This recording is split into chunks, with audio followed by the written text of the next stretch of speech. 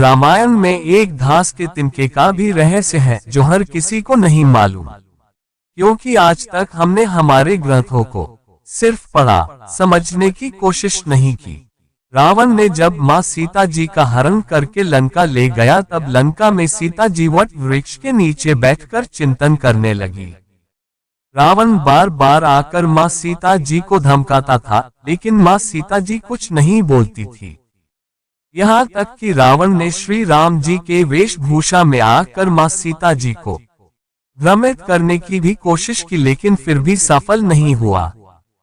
रावण थक हार कर जब अपने शयन कक्ष में गया तो मंदोदरी ने उससे कहा, आप तो राम का वेश धर कर गए थे, फिर क्या हुआ?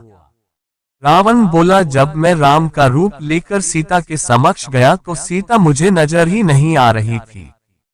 रावण अपनी समस्त ताकत लगा चुका था, लेकिन जिस जगत जननी मां को आज तक कोई नहीं समझ सका, उन्हें रावण भी कैसे समझ पाता।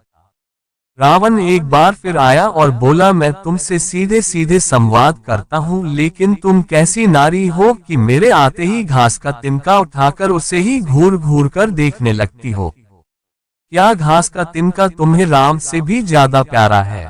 रावण के इस प्रश्न को सुनकर मां सीता जी बिल्कुल चुप हो गई और उनकी आंखों से आंसुओं की धार बह पड़ी। इसकी सबसे बड़ी वजह थी कि जब श्री राम जी का विवाह मां सीता जी के साथ हुआ, तब सीता जी का बड़े आदर सत्कार के साथ गृह प्रवेश भी हुआ। बहुत उत्सव मनाया गया।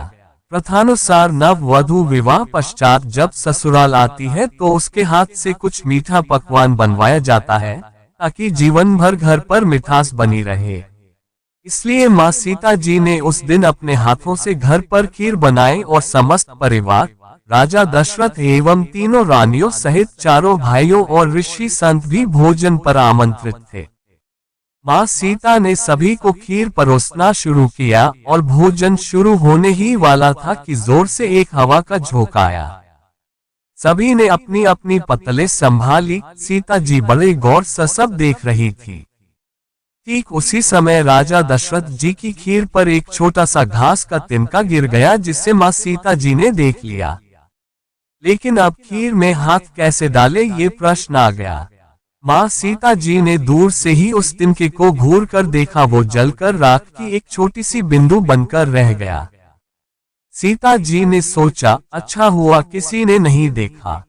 लेकिन राजा दशरथ मां सीता जी के इस चमत्कार को देख रहे थे। फिर भी दशरथ जी चुप रहे और अपने कक्ष पहुंचकर मां सीता जी को बुलवाया। फिर उन्होंने सीता जी से कहा कि मैंने आज भोजन के समय आपके चमत्कार को देख लिया था। आप साक्षात जगत जननी स्वरूपा हैं, लेकिन एक बात आप मेरी जरूर याद रखना। आपने जिस नजर से आज उस तिनके को देखा था, उस नजर से आप अपने शत्रु को भी कभी मत देखना। इसीलिए मां सीता जी के सामने जब भी रावण आता था तो वो उस घास के तिनके को उठाकर राजा दशरथ जी की बात याद कर लेती थी। धर ओट कहत वैदेही, सुमेरी अवधपति परम स्नेही। यही है उस तिनके का रहस्य।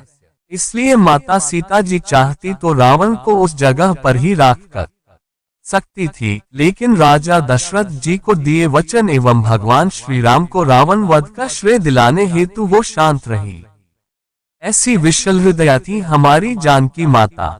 तो साथियों, ये वीडियो कैसी लगी हमें कमेंट में जरूर बताएं, और हाँ, अभी तक हमारे इस चैनल को सब्सक्राइब नहीं किए हैं तो सब्सक्राइब कर ले, क्योंकि यहाँ रोज ऐसे ही कथा कहानी लेके आते रहते हैं। तो मिलते हैं अगले वीडियो में। तब तक के लिए धन्यवाद। आपका दिन मंगलमय हो।